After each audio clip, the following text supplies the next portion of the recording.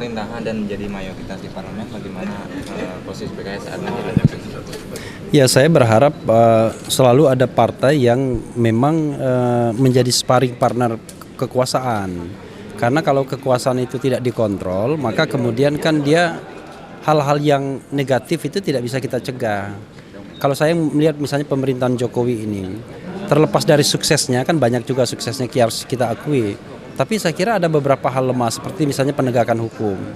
Saya termasuk orang yang mengkritik misalnya Perpu Ormas misalnya. Menurut saya itu kan produk yang berbahaya bagi demokrasi ke depan, karena memberikan hak kepada pemerintah untuk bisa membubarkan ormas apa saja dengan alasan yang macam-macam, termasuk tanpa proses hukum, tanpa due process. Dan itu dalam proses dalam negara yang berdemokrasi itu sulit diterima sesungguhnya.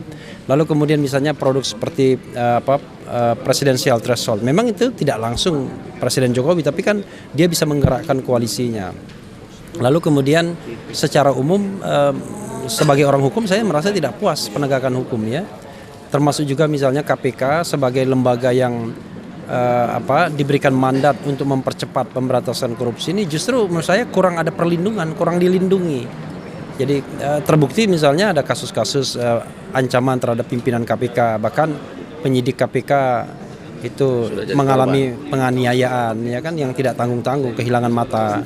Nah, menurut saya ke depan hal-hal seperti ini harus diperhatikan pemerintah, tapi juga pihak-pihak oposisi, dalam tanda kutip oposisinya yang kritis pada pemerintahan, terus mengingatkan ini agar pemerintah tidak terjerembab. Karena kita mencintai republik, mencintai pemerintah, itu kan bukan berarti kemudian kita harus membenarkan semua yang kita anggap salah. Mengkritik itu sendiri adalah bagian dari tanggung jawab sebagai warga negara yang baik.